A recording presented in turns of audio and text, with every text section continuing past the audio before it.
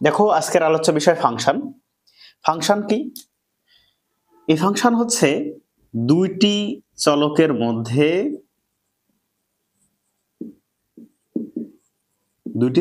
মধ্যে সম্পর্ক স্থাপনের প্রক্রিয়াকে আমরা ফাংশন বলবো।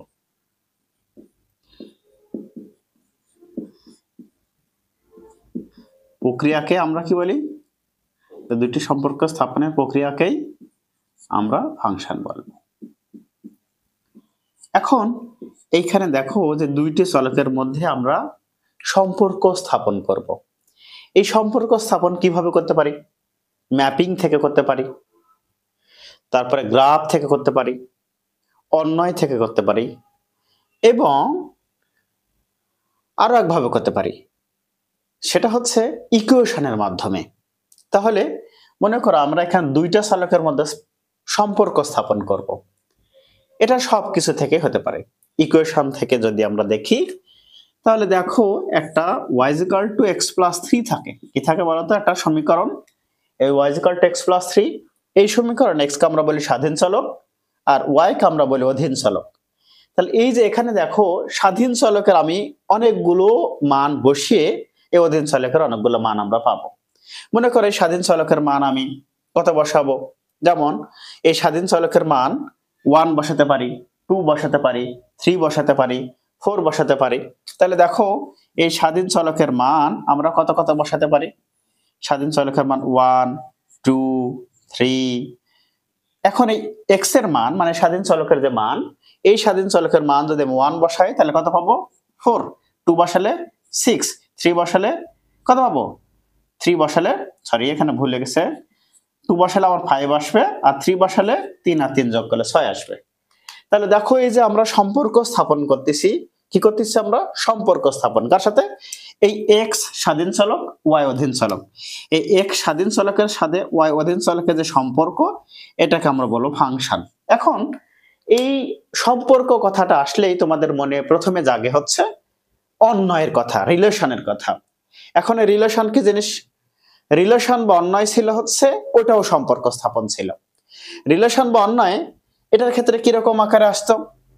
রিলেশন বা অন্বয়ের ক্ষেত্রে আমরা কি লিখতাম? দেখো এটা ফাংশন গেল, এই যে স্বাধীন চলকের সাথে অধীন চলকের সম্পর্ক স্থাপন করেছে। এখন আমাদের দেখো এই রিলেশন বা অন্বয়, রিলেশন কি ছিল? এটাও সম্পর্ক স্থাপন ছিল। তাহলে রিলেশন বা অন্বয়, এই অন্বয়টা কি ছিল বলতো? রিলেশন বা অন্বয় এটা সম্পর্ক স্থাপন ছিল, কিন্তু এটাতে কোন রেস্ট্রিকশন ছিল না। 1, 2, 3, 4, 5, 6, দেখো সবার সাথে সবার সম্পর্ক হতে পারে, সবার সাথে সবার সম্পর্ক হতে পারে, ঠিক আছে? তাহলে দেখো এই সবার সাথে সবার যে সম্পর্ক, এটা ছিল রিলেশন, এতে কোনো রেস্ট্রিকশন ছিল না। এখন তোমরা রিলেশন মানে অন্য কিছু ভেবো না। আমরা এই রিলেশন মানে তোমাদের ওই রিলেশনে দেখে তা না, হ্যাঁ আমরা এই রিলেশন দেখতেছি অন্যয়। হ্যাঁ রিলেশন মানে এখানে কি? অন্যয়, অন্য কিছু ভাবো না তোমরা। এখন এই রিলেশনে কি থাকবে? যদি রেস্ট্রিকশন থাকে তাহলে হবে ফাংশন, আর যদি রেস্ট্রিকশন না থাকে তাহলে কি হবে? অন্যয় হবে। তাহলে রেস্ট্রিকশন কি রকম হতে পারে? এখন তোমরা বলতে পারো যে এই রিলেশনে কি হবে? রেস্ট্রিকশন থাকবে। রেস্ট্রিকশন থাকলে কি হবে? ফাংশন। তাহলে আমাদের অন্যয় ছিল সম্পর্ক স্থাপন স্বাধীন চলকের সাথে অধীন চলকের, এখানেও স্বাধীন চলকের সাথে অধীন চলকের সম্পর্ক স্থাপন।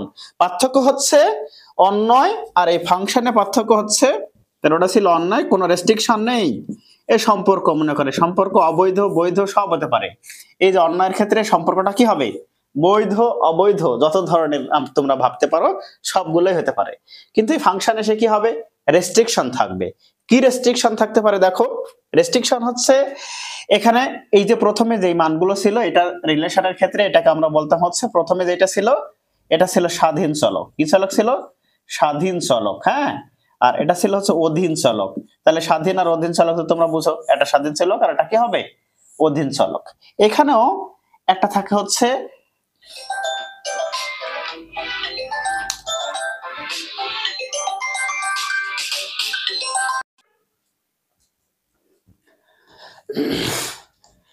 দেখো এখানে স্বাধীন চলক আর অধীন চলক ছিল। এখন এইটার ক্ষেত্রেও কি থাকবে? একটা স্বাধীন চলক থাকবে আর একটা অধীন চলক থাকবে। তাহলে একটা স্বাধীন চলকের মান আর একটা হবে অধীন চলকের মান। এখন এই যে স্বাধীন চলক আর অধীন চলক, এখানে অন্যায় আমরা বলেছি কোনো রেস্ট্রিকশন থাকবে না। কি রেস্ট্রিকশন থাকবে না? দেখো এটার ক্ষেত্রে স্বাধীন চলকের একটা মানের জন্য অধীন চলকের একটা মান হতে পারে, একাধিক মান হতে পারে, এমনকি আরো বেশিও মান হতে পারে। যেমন মনে করো এখানে একটার জন্য, একটা স্বাধীন চলকের জন্য তিনটে অধীন চলকের মান পেয়েছি, এরকম অনেক কিছু হতে পারে। কিন্তু এইটার ক্ষেত্রে কি হবে? ফাংশনের ক্ষেত্রে দেখো একটা রেস্ট্রিকশন থাকবে। সেই রেস্ট্রিকশনটা কিরকম হবে? এই ফাংশনের রেস্ট্রিকশনটা হবে একটা স্বাধীন চলকের জন্য একটাই অধীন চলক পাবো। আমরা কি পাবো? একটা স্বাধীন চলকের জন্য আমরা একটা অধীন চলকের মান পাবো। তাহলে এইখানে ছিল একটা স্বাধীন চলকের জন্য একাধিক অধীন চলকের মান, একটাও হতে পারে, একটা হলেও রিলেশন হবে। কিন্তু যদি ফাংশন হতে হয় অবশ্যই রেস্ট্রিকশন থাকতে হবে। সেই রেস্ট্রিকশনটা কি? একটা স্বাধীন চলকের জন্য একটা অধীন চলকের মান পেতে হবে। তাহলে রেস্ট্রিকশন হবে ফাংশন কি? একটি মাত্র স্বাধীন চলকের কি হবে? একটি মাত্র স্বাধীন চলকের জন্য, স্বাধীন চলকের জন্য অধীন চলকের, অধীন চলকের একটি মাত্র মান থাকবে। কয়টা? একটি মাত্র মান পাওয়া যাবে। তাহলে যদি একটা মাত্র স্বাধীন চলকের জন্য একটা মাত্র অধীন চলকের মান পাওয়া যায়, তবে আমরা এটাকে কি বলবো? ফাংশন বলবো। তাহলে এবার দেখো আমার এইখানে আমরা অনেকগুলো নিয়েছি, যে এই যে এতগুলো নিয়েছি এগুলো সবগুলোকে বলা হয় ম্যাপিং। কি বলা হয়? এখানে আমরা যতগুলো নিয়েছি এটাকে বলা হয় কি? ম্যাপিং। ম্যাপিং। দেখো এই তাহলে ম্যাপিং থেকে আমরা ফাংশন চিনতে পারবো এখানে। তাহলে এবার দেখো রিলেশন এবং ফাংশন এই দুইটার মধ্যে একটা পার্থক্য তৈরি হয়ে গেল। রিলেশনের ক্ষেত্রে কি হবে? রিলেশনের ক্ষেত্রে কোনো রেস্ট্রিকশন নেই, কিন্তু ফাংশনের রেস্ট্রিকশন থাকবে। কার রেস্ট্রিকশন থাকবে? স্বাধীন চলকের সাথে অধীন চলকের। যদি স্বাধীন চলকের একটা মাত্র মানের জন্য অধীন চলকের একটাই মান পায় তবে ফাংশন হবে। যেমন স্বাধীন চলকের একটা মানের জন্য অধীন চলকের একটা করে মান পায় তবেই ফাংশন হবে, তাছাড়া হবে না। তাহলে স্বাধীন চলক কোনগুলো? স্বাধীন চলকে এক্স এর মান ছিল, যেমন এখানে আমি লিখেছিলাম y = x + 3। দেখো এখানে আমি কি লিখেছিলাম?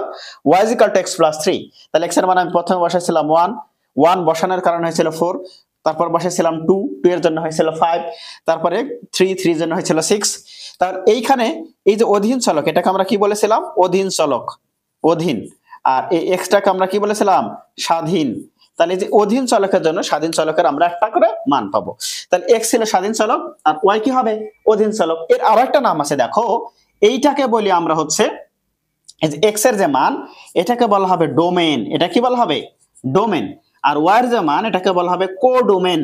কি বলা হবে বলতো? কোডোমেন। রেঞ্জ না, কিন্তু রেঞ্জ আর কোডোমেনের মধ্যে পার্থক্য আছে। তাহলে দেখো আমরা এটাকে বলেছি স্বাধীন চলক আর এটাকে বলেছি অধীন চলক। তাহলে যদি আমরা রেস্ট্রিকশন ছিল একটা মাত্র স্বাধীন চলকের জন্য একটা মাত্র অধীন চলকের মান পাবো, তাহলে এই ম্যাপিং থেকে আমরা যতগুলো দেখেছি এর মধ্যে কোন কোনগুলো ফাংশন হবে আর কোনগুলো অন্যায় হবে ভালো করে দেখো। এখানে যতগুলো আছে সবগুলোই অন্যায় বা রিলেশন, এর কোনো রেস্ট্রিকশন নেই, সবার সাথে সবার হতে পারে। হ্যাঁ, তাহলে এটা কার সাথে কার হতে পারে? সবার সাথে সবার। এর মনে করো অবৈধ অবৈধতা নেই, দুনিয়ার সবার সাথে সবার হয়ে গেছে। যদি হতে পারে তাহলেই হবে কি? হবে অন্যায়। তাহলে এখানে যতগুলো আছে সবগুলোই অন্যায় হবে। কিন্তু ফাংশনের ক্ষেত্রে দেখো, ফাংশনের ক্ষেত্রে কি হবে? ফাংশনের ক্ষেত্রে আমরা বলেছি রেস্ট্রিকশন থাকবে। রেস্ট্রিকশনটা হচ্ছে স্বাধীন চলকের একটা মানের জন্য একটাই মাত্র অধীন চলকের মান পাবো। তাহলে এখানে যতগুলো আছে এইগুলোর মধ্যে কোন কোনগুলো ফাংশন হবে? এটা দেখো, এটা ফাংশন হবে, এটা হবে, এটা হবে। তাহলে দেখো তোমাদের বুঝার সুবিধার্থে আমি বাস্তবিক একটা উদাহরণ নিতে পারি। সেই উদাহরণটা কি হতে পারে? দেখো আমরা একটা উদাহরণ দিলেই ম্যাপিং সহ পুরো ফাংশন আমরা বুঝে যাব, কোনো অসুবিধা হবে না। একটা উদাহরণ দিয়ে আমরা পুরো ফাংশন শিখে যাব। দেখো কেমন করে শিখে যাব আমরা। এখানে দেখো এটা কি ফাংশন, এটা ফাংশন, এটা কি ফাংশন হবে, এটা কি ফাংশন হবে। এই যে দেখো দুইটার মধ্যে দ্বন্দ্ব লেগে গেছে, হবে কিনা? এখানে এসে দেখো এই দুইটার মধ্যে দ্বন্দ্ব লেগে গেছে, কোনটা হবে আর কোনটা হবে না। এই দুইটার মধ্যে দ্বন্দ্ব লেগে গেছে, কোনটা হবে কোনটা হবে না। আমি বলেছি একটা মাত্র স্বাধীন চলকের জন্য একটা অধীন চলকের মান পাবো। স্বাধীন চলক কোনটা ছিল? এইটা। অধীন চলক কোনটা ছিল? এইটা। তাহলে স্বাধীন চলকের একটার জন্য একটার করে মান পেয়ে গেছো, কিন্তু স্বাধীন চলক 4 এর কোনো মান পাওয়ানি। তাহলে কি হবে? ফাংশন। বুঝাই নিলাম হবে কি হবে না, এটা পরে বলতেছি। তাহলে এটার ক্ষেত্রে দেখো এটাও পেয়েছি, তাহলে এটা কি হবে? এটা 7, কোনো কারোর সাথে সম্পৃক্ততা নেই। এটার ক্ষেত্রে দেখো একটা স্বাধীন চলকের জন্য দুটো অধীন চলকের মান পাইছে, তাহলে আমরা এটা বলে দিচ্ছি এটা ফাংশন হবে না। কিন্তু এটার ক্ষেত্রে দেখো একটা দেখো এখানে এই দেখো এটার ক্ষেত্রে লক্ষ্য করো কয়টা, একটা স্বাধীন চলক একটা অধীন চলক, একটা স্বাধীন চলক, এবার দুইটা স্বাধীন চলক মিলে কিন্তু একটা অধীন চলকের মান আসছে। এর জন্য কি হতে পারে, তাহলে আমরা এখানে বলেছি যে একটা স্বাধীন চলকের জন্য একটা অধীন চলকের মান পাবো। এর জন্য আমরা খুব সুন্দর একটা উদাহরণ দিতে পারি, বাস্তবিক উদাহরণ। এটা হচ্ছে মা আর একটা হচ্ছে সন্তান, একটা মা আর একটা কি হবে সন্তান, একটা মা আর একটা সন্তান, এটা মনে রাখবা। এই একটা দিয়ে আমরা পুরো শিখে ফেলে দেব। তাহলে যদি বাস্তবের সাথে মিলে, ভালো করে দেখো, যদি কখনো বাস্তবের সাথে মিলে তাহলে এইটা ফাংশন হবে, তাছাড়া ফাংশন হবে না। এখন এইটা দেখো বাস্তবের সাথে মিলে কিনা, এটা দেখো, এটাকে আমরা কি ধরেছি সন্তান, আর এটা কি ধরেছি মা। তাহলে এই যে একটা মায়ের দিকে তাকাবো, মায়ের সন্তান কয়টা, মায়ের সন্তান বাস্তবের ক্ষেত্রে কি কি হতে পারে, একটা সন্তান হতে পারে, দুইটা সন্তান হতে পারে, একাধিক সন্তান হতে পারে, এবং কোন কোন মায়ের সন্তান নাও থাকতে পারে। কিন্তু যদি সন্তানের মা না থাকে, এটা কি কখনো সম্ভব? দেখো তো এখানে কি আসছে, একটা সন্তান, এই যে প্রত্যেকটা মায়ের সন্তান আছে এবং কোনো সমস্যা নেই। এটার ক্ষেত্রে লক্ষ্য করো, এটা বাস্তবের সাথে মিলে গেছে। এটার ক্ষেত্রে লক্ষ্য করো, এই 5 মা তার সন্তান আছে, এরও সন্তান আছে, এরও মিলে যায়। তাহলে কার সাথে কার কম্পেয়ার করেছি, এটা ছিল মা আর এটা ছিল হচ্ছে সন্তান। তাহলে দেখো এর সাথে যদি আমরা কম্পেয়ার করি তাহলে কি হবে, এইখানে যে 4, এই সন্তানের কোনো মা নেই। এই সন্তানের কোনো মা আছে দেখো তো, এটা কার সাথে রিলেটেড, এই 4 কার সাথে রিলেটেড, এটা কখনো কি বাস্তবের সাথে সম্ভব হয়? বাস্তবে কখনো সম্ভব হয়? সম্ভব না। তাহলে এটা ফাংশন নয়, এটা কি হবে ফাংশন নয়। এবার দেখো এটার ক্ষেত্রে কি হতে পারে, এটার ক্ষেত্রে লক্ষ্য করো, এটা ছিল হচ্ছে মা আর এটা ছিল হচ্ছে সন্তান, একটা ছিল মা আর একটা কি হয়েছিল, আর একটা ছিল সন্তান। তাহলে এবার দেখো এখানে কি আসছে, এটা মা আর একটা সন্তান মিলে না, এই মা এর সাথে কোনো অঘটন ঘটেনি এখানে দেখো। কিন্তু এখানে দেখো এই যে 7, এর কোনো সন্তান নেই, এটা কি হতে পারে না বাস্তবে, এই 7-এর কোনো সন্তান নেই। তাও তো হতে পারে এমনও মা আছে যার কোনো সন্তান নেই, তাহলে এটা কি ফাংশন হবে? অবশ্যই ফাংশন হবে, কারণ এটা বাস্তবের সাথে মিলে, বাস্তবের সাথে অসঙ্গতিপূর্ণ নয়, বাস্তবে যা আছে তাই মিলে গেছে। এটার ক্ষেত্রে লক্ষ্য করো, এটার ক্ষেত্রে কি আসছে দেখো, এখানে কয়টা মা, 4 5 2টা মা, কিন্তু সন্তান কয়টা, সন্তান কয়টা পেয়ে গেছে দেখো তো, এখানে একটা সন্তানের 2টা মা, এটা কখনো কখনো বাস্তবে মিলে? একটা সন্তানের 2টা মা হয়? একটা সন্তানের কখনোই 2টা মা হয় না। তাহলে এটা কি ফাংশন হবে? তাহলে এটা ফাংশন নয়, ফাংশন কি ফাংশন নয়, এটা বাস্তবের সাথে মিলছে না। বুঝতে পেরেছো? এবার চলে আসো এখানে আমরা যদি কম্পেয়ার করি, তাহলে এটা কার সাথে কম্পেয়ার করবো, মা, এটা কার সাথে কম্পেয়ার করবো, সন্তান, বাস্তবের সাথে মিললে কিনা দেখো। এই যে 5 মা, 5, এর কয়টা সন্তান আছে, 2টা সন্তান। এখানে দেখো এটা বাস্তবের সাথে মিলে, মানে একটা মায়ের একাধিক সন্তান থাকতেই পারে, তাহলে এটাও ফাংশন হবে। এটা কি হবে, তাহলে এটা হচ্ছে ফাংশন। এবার দেখো এইখানে সে কি হয়ে গেছে, এই যে 4 মা, একটা মা 4, তার অনেকগুলো সন্তান আছে, কতগুলো, 3টা সন্তান, এটা তো হতেই পারে। আবার এখানে 5, তার কোনো সন্তান নেই, তাহলে এটা হতেই পারে না, তাহলে এটা বাস্তবের সাথে মিলে, তাহলে এটা ফাংশন হবে। এখানে সে দেখো এই 1 এর জন্য 2 জায়গায় সম্পর্ক আসছে, একবার 3 আর একবার 6, কথা আসছে, একবার 3 একবার 6, তাহলে একটা সন্তানের 2টা মা কখনো হয়, কখনোই হয় না, তাহলে এটা ফাংশন নয়, তাহলে বাস্তবের সাথে মিলে না। তাহলে এবার দেখো এখান থেকে আমরা যতগুলো ম্যাপিং নিয়েছি এর মধ্যে কোনটা কোনটা ফাংশন হবে আর কোনটা হবে না, এই নিয়ে তোমাদের মনে কখনো কি প্রশ্ন জাগার কথা এবং কখনো ভুল হওয়ার সম্ভাবনা আছে? কখনোই ভুল হওয়ার সম্ভাবনা নেই। কেন? আমরা একটা দিয়েই বুঝে ফেলেছি, এটা কি ছিল, এটা ছিল হচ্ছে স্বাধীন চলক, এটা ছিল অধীন চলক। তাহলে স্বাধীন চলক কার মান, x এর মান, অধীন চলক কার মান, y এর মান। তাহলে স্বাধীন চলকের আমরা বলেছি একটা মানের জন্য অধীন চলকের একটা মান পাবো। এইটা ক্লিয়ার করার জন্য আমরা একটা উদাহরণ নিয়েছি, এটা ছিল সন্তান, এটা ছিল মা। যদি বাস্তবের সাথে মিলে তাহলে ফাংশন হবে, আর যদি বাস্তবের সাথে না মিলে তাহলে ফাংশন হবে না। এখন এইটা বাস্তবের সাথে মিলে গেছে, কোনো অঘটন ঘটেনি, মিলে গেছে, তাহলে এটা ফাংশন হবে। এটার ক্ষেত্রে দেখো এটা বাস্তবের সাথে মিলে, এটাও বাস্তবের সাথে কি মিলে না, এই যে অঘটন ঘটে গেছে, এই সন্তানের কোনো মা নেই, তা তো কখনোই সম্ভব না, এটা ফাংশন হয়নি। এটার ক্ষেত্রে এই যে মা, তার আবার কি আছে, সন্তান নেই, এটা আবার সম্ভব, বাস্তবের সাথে মিলে, তাহলে ফাংশন হয়েছে। এটার ক্ষেত্রে কি আসছে, এই সন্তানের 2টো মা চলে আসছে, এই সন্তানের 2টো মা, এটা অঘটন ঘটে যায় আর কি, বাস্তবের সাথে মিলে না, তাহলে এটা ফাংশন নয়। এটা বাস্তবের সাথে মিলে, এটা বাস্তবের সাথে মিলে, কিন্তু এটা বাস্তবের সাথে মিলে না, ফাংশন হবে না। তাহলে এই ম্যাপিং থেকে তোমাদের কাছে যদি যে কোনো প্রশ্ন দেওয়া হয় তোমরা পারবা কিনা, ইনশাল্লাহ পারবা, কোনো সমস্যা হবে না, তোমরা দেখলেই বলে দিতে পারবে এটা ফাংশন হবে কিনা। তাহলে আমরা একটা ওয়েতে ফাংশন শিখে ফেলেছি। এরপরে দেখো একটা ওয়েতে আমরা ফাংশন শিখে ফেলেছি, এরপরে দেখো আমরা আরো ওয়েতে শিখবো। তাহলে একটা ওয়ে, এই ওয়েতে তোমাদের আমি বলেছিলাম প্রথমে যেটা ছিল সেটা ডোমেন ছিল, পরে কি ছিল, পরে ছিল হচ্ছে কোডোমেন। প্রথমে কি ছিল, ডোমেন, পরেটা কি ছিল, কোডোমেন ছিল। এই না আমরা এই যে ডোমেন, কোডোমেন এবং রেঞ্জ এইটা নিয়ে একটা আলোচনা করে এরপর আমরা অন্যদিকে যাচ্ছি। তাহলে দেখো আমরা প্রথমে কি নিয়ে আলোচনা করলাম, প্রথমে এরকম ম্যাপিং আকার ছিল, এই ম্যাপিং আকারের ক্ষেত্রে আমরা কি লিখতাম 1 2 3 4 5 6 7। এখন দেখো 1 এর সাথে এটা সম্পর্ক, এটার সাথে এটা সম্পর্ক, এটার সাথে এটা সম্পর্ক। তাহলে এইবার দেখো আমি প্রথমে যেটাকে বলেছিলাম এটাকে বলেছিলাম ডোমেন, কি বলেছিলাম, ডোমেন। এটা কি বলেছিলাম, কোডোমেন বলেছিলাম। তাহলে ডোমেন কিসের মান ছিল, এক্স এর মান, কোডোমেন কার মান ছিল, ওয়াই এর মান। ডোমেন ছিল স্বাধীন চলকের মান, কোডোমেন কার মান ছিল, অধীন চলকের মান। এখন তুমি বলতে পারো রেঞ্জ কি জিনিস, এতে তোমরা তো সারা জীবন পড়েছো রেঞ্জ। তাহলে কোডোমেন কোনগুলো, এখানে এখানে দেখো আমরা লিখেছি হচ্ছে কোডোমেন। তাহলে কোডোমেন কতগুলো, কোডোমেন হচ্ছে এখানে 4 5 6 7 এই সবগুলো কোডোমেন। কিন্তু এখানে রেঞ্জ কোনগুলো বলতো, রেঞ্জ হচ্ছে কার্যকর কোডোমেনকে আমরা রেঞ্জ বলি। তাহলে কার্যকর কোডোমেন এখানে কত কত আছে, কার্যকর কোডোমেন কত 4 5 6। দেখো এটা এই ডোমেনের সাথে কার্যকর কোনটা কোনটা 4 5 6। ডোমেন কয়টা, এখানে তিনটা, তিনটার সাথে কার্যকর কোন তিনটা ছিল, এই তিনটা। কিন্তু এই 7 কি কার্যকর, এই কার্যকর না।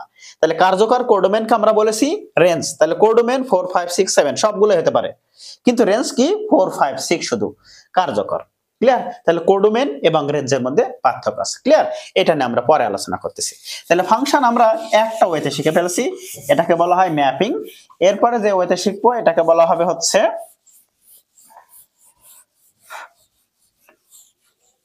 এবার দেখো সেট আকারে যে ফাংশন শেখা হয় সেই সেট আকারে যদি আমরা দেখি, মনে করো এই একটা সেট, এটা ছিল হচ্ছে মনে করো 1 2 আবার 3 4 5 6।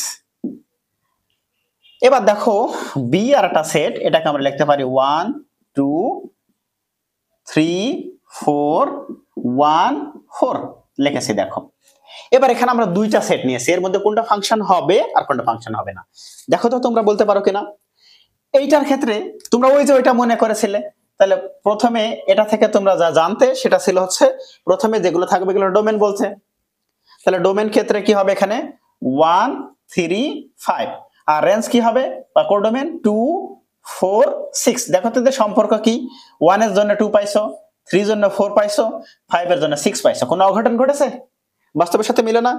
এটা কি ছিল, এটা ছিল মা আর এটা ছিল সন্তান, তাহলে বাস্তবের সাথে মিলে কিনা, এটা বাস্তবের সাথে মিলে, তাহলে এটা ফাংশন হবে। তাহলে এটা কি হবে, ফাংশন হবে। এখানে এসে দেখো এটার ক্ষেত্রে কি আসছে, এটাকে যদি আমরা কি লিখি, প্রথমে যেটা ছিল এটা ডোমেন ছিল, আর পরেরটা কি ছিল, কোডোমেন অথবা রেঞ্জ। এখানে কোডোমেন আর রেঞ্জ সমান, তাহলে কোডোমেন অথবা রেঞ্জ। তাহলে 1 3, দেখো 1 3 আবার 1 ছিল, তা 2 4 4 ছিল। তাহলে দেখো 1 এর কারণে আমি কত পাইছি, 1 এর কারণে পাইছি হচ্ছে 2, আবার 1 এর কারণে পাইছি 4, আবার দেখো 3 এর কারণে পাইছি 4, আবার পাইছি 1 এর কারণে 4। ঠিক আছে? তাহলে 1 এর কারণে 4 পাইছি, 1 এর কারণে 2 পাইছি, আবার 3 এর কারণে 4 পাইছিলাম। ঠিক আছে? তাহলে এবার দেখো এখানে একটা অঘটন ঘটে গেছে না, এই যে দেখো এটার ক্ষেত্রে কি হয়ে গেছে, এই সন্তানের দুইটা মা হয়ে গেছে। কয়টা মা, দুইটা মা হয়ে গেছে। এটা যদি আমরা কম্পেয়ার করতাম মার সন্তানের সাথে, তাহলে কি হয়ে গেছে, এই সন্তানের এই যে এক এর দুইটা মা হয়ে গেছে। তাহলে এটার অঘটন ঘটে গেছে না, এটা কখনো বাস্তবের সাথে মিলে, কখনোই মিলে না। তাহলে এটা কি ফাংশন হবে, তাহলে এটা ফাংশন নয়। এটা কি ফাংশন নয়। দেখো তাহলে আমাদের আগেরটা ছিল ফাংশন, কিন্তু এবার এটা আর ফাংশন হবে না। বুঝতে পেরেছো কেন, এটা অঘটন ঘটাই ফেলছে, বাস্তবের সাথে মিলে না। তাহলে কি হবে, এখান থেকে আমরা একটা সিদ্ধান্ত উপনীত হতে পারি, যদি কখনো এই প্রথমেরটা রিপিট হয়, দেখো কেন প্রথমেরটা যদি রিপিট হয় তাহলে ফাংশন হবে না। এই প্রথমেরটা রিপিট হওয়া মানে কি, একটা সন্তানের দুইটা মা হওয়া, তাহলে প্রথমেরটা রিপিট হলে আর ফাংশন হবে না। তাহলে এবার দেখো এরকম ভাবে তোমরা আরো নিয়ে আসতে পারো। আরো নিয়ে আসলাম, মনে করো আমি এখানে আরেকটা সেট লিখলাম, মনে করো আমি এখানে আরেকটা সেট লিখলাম সি আকারে, এটার ক্ষেত্রে লিখছি 1 2, আবার 3 2, আবার 5 2, এটা কি ফাংশন হবে? তারপর মনে করো ডি লিখলাম 1 4, তারপর 1 6, তারপরে 1 7। দেখো তো এই দুটার মধ্যে কোনটা ফাংশন হবে? এইটা প্রথম অংশ কোনো রিপিট আছে? প্রথম অংশ রিপিট আছে? রিপিট নেই, সবগুলোই আলাদা, তাহলে অবশ্যই ফাংশন হবে। এটার ক্ষেত্রে এসে দেখো এখানে প্রথম অংশ সবগুলোতে রিপিট আছে, কি আছে এখানে? প্রথম অংশ সবগুলোতে রিপিট আছে, তাহলে এটার ক্ষেত্রে কি হবে? এটা ফাংশন নয়। এটা কি? এটা ফাংশন নয়। আর এটার ক্ষেত্রে কি হবে? এটা ফাংশন হবে, এটা কোনো অংশ রিপিট নয়। বুঝতে পেরেছো?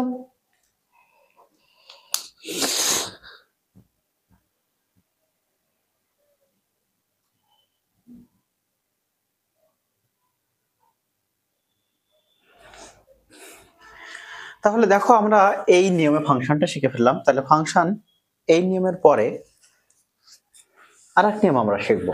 এবার যেটা শিখবো এটাকে বলা হয় গ্রাফ থেকে শিখবো।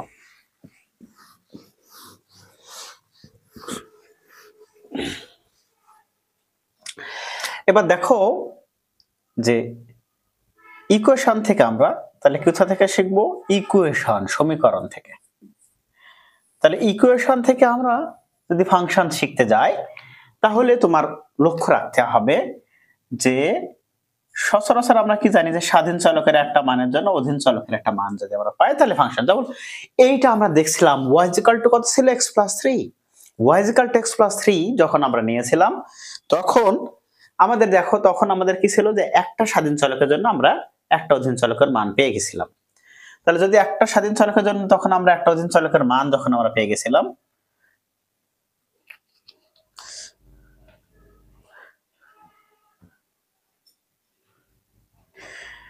তো দেখো তখন আমরা একটা স্বাধীন চলকের জন্য যখন আমরা একটা অধীন চলকের মান পেয়ে গেছিলাম তখন একটা ফাংশন ছিল। তাহলে এটার ক্ষেত্রে লক্ষ্য করো আমার কি ছিল যে এটার ক্ষেত্রে যখন x এর মান 1, y এর মান তখন আমরা কত পাইছি? y এর মান পাইছি 4, x এর মান 2, y এর মান পাইছি কত? y এর মান তখন আমরা পাইছি হচ্ছে 5। তাহলে এটা দেখো এটার কোনো ঝামেলা আছে? কোনো ঝামেলা নেই, দুইটা মান আমরা পেয়ে গেছিলাম। তাহলে এটা হচ্ছে ফাংশন হবে। এটা কি হবে? ফাংশন। এবার এই ফাংশন ইকুয়েশন থেকে আমরা শিখতে গেলে ফাংশন অবশ্যই ডিফাইন করে থাকা লাগবে। কেমন আকারে? মনে করে such that a tends to b যেটাকে লেখা হয়, প্রথমে যেটা থাকবে এটাকে বলা হয় ডোমেন। প্রথমে যেটা থাকবে এটাকে বলা হয় ডোমেন, পরে যেটা থাকবে এটাকে বলা হয় কোডোমেন। কি বলা হয়?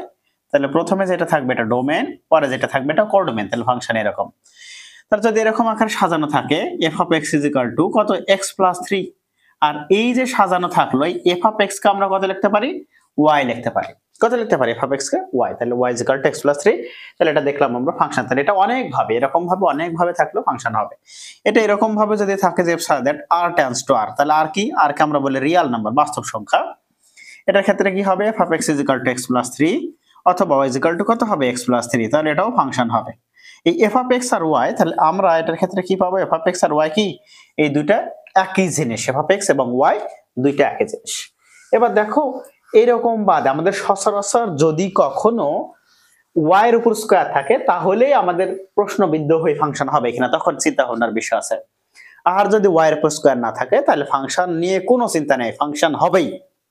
যেমন আমার হচ্ছে y = x² + 3, কত লিখেছি? y = দেখো y = আমি লিখেছি x² + 3। তাহলে এখানে y এর উপর স্কয়ার নেই কিন্তু x এর উপর স্কয়ার আছে।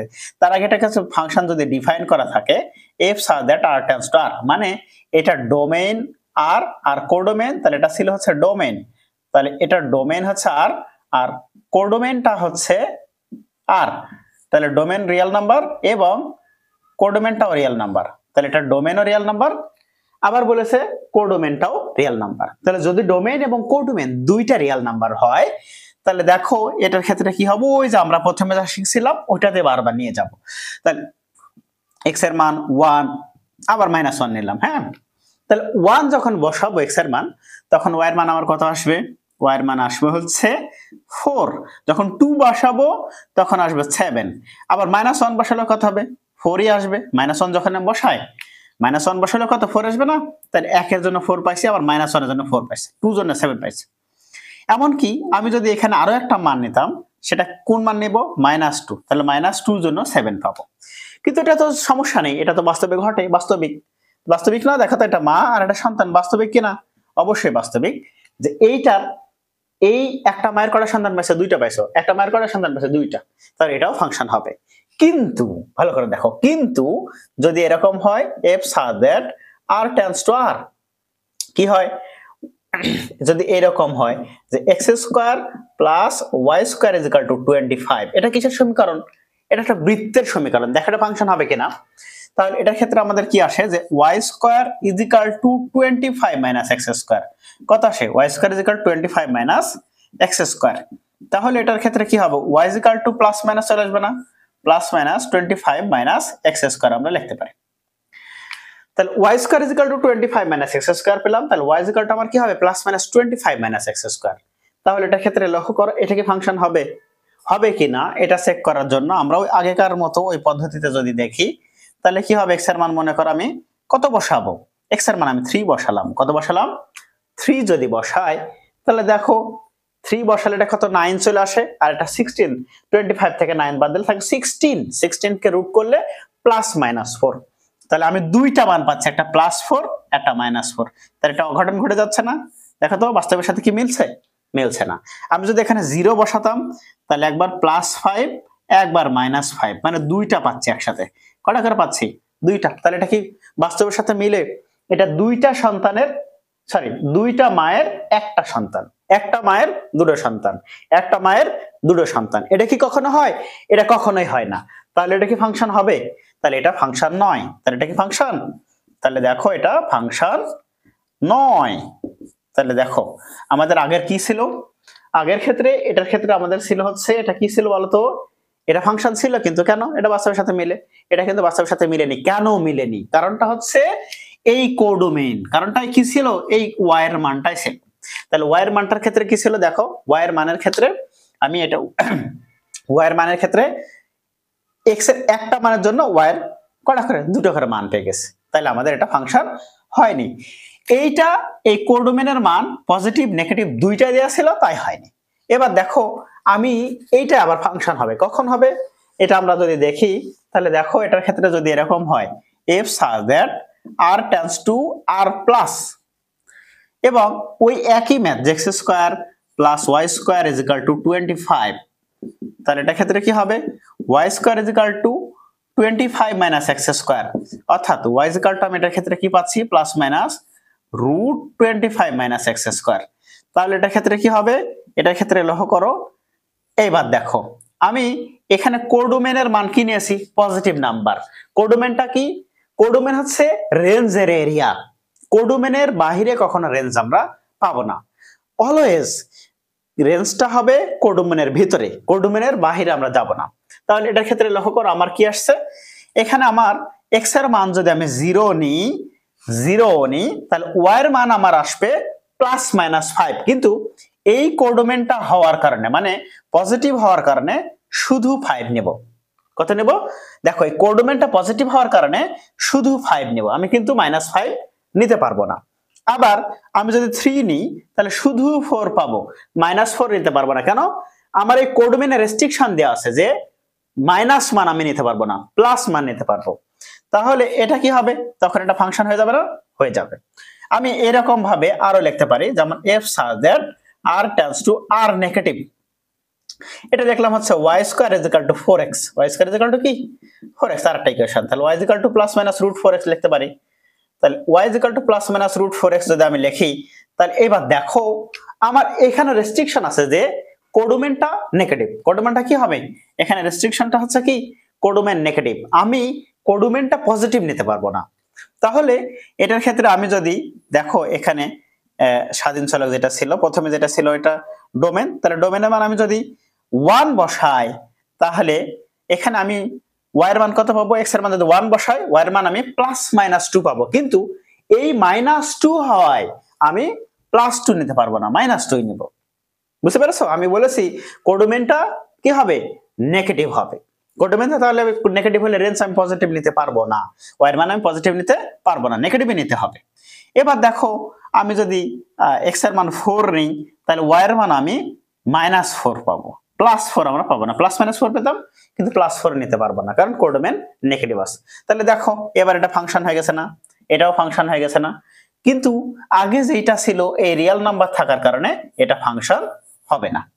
তাহলে বুঝতে পেরেছো যে আমাদের যদি ইকুয়েশনে ওয়াই এর উপর স্কয়ার থাকে তাহলে আমরা সব সময় দেখব কোডোমেনের দিকে তাকাবো। কার দিকে? কোডোমেন। যদি কোডোমেন পজিটিভ নেগেটিভ দুইটা একসাথে হওয়ার সম্ভাবনা থাকে তাহলেই ফাংশন হবে না, কিন্তু যদি শুধু নেগেটিভ হওয়ার সম্ভাবনা থাকে, শুধু পজিটিভ হওয়ার সম্ভাবনা থাকে তাহলে ফাংশন হবে, কিন্তু দুইটা একসাথে থাকলে হবে না। তাহলে আমরা এরকম ভাবে আরো একটা লিখি, হ্যাঁ এরকম আরেকটা লিখি, f such that মনে করো আমি লিখলাম হচ্ছে z tends to n, কি লিখলাম? z tends to n, তাহলে y square is equal to 4x, তাহলে y is equal to আমরা আগের মতো +-√4x লিখতে পারবো। তাহলে এবার দেখো এটা কি ফাংশন হবে? এটা হবে কিনা আমি দেখি। তাহলে আমি এখানে লিখেছি যেটা হচ্ছে ইন্টিজার নাম্বার, পূর্ণ সংখ্যা। কার মান পূর্ণ সংখ্যা? এখানে x এর মানটা পূর্ণ সংখ্যা, x এর মান পূর্ণ সংখ্যার জন্য y এর মান আমি ন্যাচারাল নাম্বার পাবো, মানে পজিটিভ ইন্টিজার নাম্বার, ধনাত্মক পূর্ণ সংখ্যা। তাহলে ন্যাচারাল নাম্বার যেটা পাবো, তাহলে লক্ষ্য করে x এর মান যদি আমি 1 বসাই তাহলে y এর মান পাবো আমি হচ্ছে 2, পাওয়ার কথা ছিল +-2, এখানে যদি x এর মান 1 বসাই পাওয়ার কথা ছিল হচ্ছে +-2, কিন্তু আমরা +-2 পাবো না বা নিব না। কেন পাবো না বা নিব না? কারণ এখানে আমার দেওয়া আছে ন্যাচারাল নাম্বার পজিটিভ। এবার যদি আমি এটা 4 বসাই তাহলে 4ই পাবো, হ্যাঁ -4 আমরা নিতে পারবো না, পাবো কিন্তু নিতে পারবো না। কেন? আমার ওখানে কোডোমেন দেওয়া আছে যে নেগেটিভ নিতে পারবো না, পজিটিভই নিতে হবে। তাহলে দেখো এটা কি কোডোমেনটা পজিটিভ নেগেটিভ দুইটা একসাথে হওয়ার কোনো চান্স আছে? চান্স নেই, শুধু পজিটিভ হওয়ার চান্স আছে, তাহলে এটা ফাংশন হবে। তাহলে দেখো যদি শুধু পজিটিভ অথবা শুধু নেগেটিভ হওয়ার চান্স থাকে কোডোমেনটা তাহলে ফাংশন হবে, আর যদি হওয়ার চান্স না থাকে তাহলে ফাংশন হবে না। তাহলে আমরা এই ইকুয়েশন থেকে বুঝে ফেলেছি। এবার দেখো আমরা ম্যাপিং থেকে শিখবো কোনটা ফাংশন হবে আর কোনটা হবে না। এবার এই ম্যাপিং থেকে যদি আমরা দেখি তাহলে দেখো ম্যাপিং থেকে দেখলাম, ইকুয়েশন থেকে দেখলাম, এবার দেখো গ্রাফ থেকে দেখবো, হ্যাঁ তাহলে গ্রাফের ক্ষেত্রে কি হবে? গ্রাফ থেকে যদি আমরা দেখি তাহলে দেখো প্রথমে যেটা ছিল y = x + 3, এটা সরলরেখার সমীকরণ। এই সরলরেখার সমীকরণটা কিরকম ছিল? এরকম, y = x + 3 মূল বিন্দুগামী হবে না, যে কোনো হবে। তাহলে এরকম একটা সরলরেখা ছিল y = x + 3, তার এটা কি ফাংশন হবে? অবশ্যই দেখেছিলাম এটা হবে। তারপর আমার ছিল হচ্ছে y² = 4x, এটা দেখেছিলাম, আমার এটা নিলাম হচ্ছে such that r tends to r, real number থেকে রিয়েল নাম্বার, হ্যাঁ তাহলে এটা y² = 4x যদি হয় তাহলে চিত্রটা কিরকম হবে? এরকম হয়ে যায়। তারপর হচ্ছে আমার আরেকটা ছিল হচ্ছে x² + y² = 25, তাহলে এটা কিরকম ছিল? এটা এরকম বৃত্ত ছিল, হ্যাঁ যার ব্যাসার্ধ ছিল 5। তারপরে ছিল হচ্ছে দেখো এরপর আমার কি ছিল? এটা ছিল, এটা কখন? যে such that r tends to r হলে, কি হলে? such that r tends to r হলে এটা বৃত্ত ছিল এ ধরনের। এবার দেখো আমরা তারপরে লিখেছিলাম such that r tends to r plus, যখন such that r tends to r plus ছিল, এবং x² + y² = 25। তাহলে আমার এখানে কি আসছে?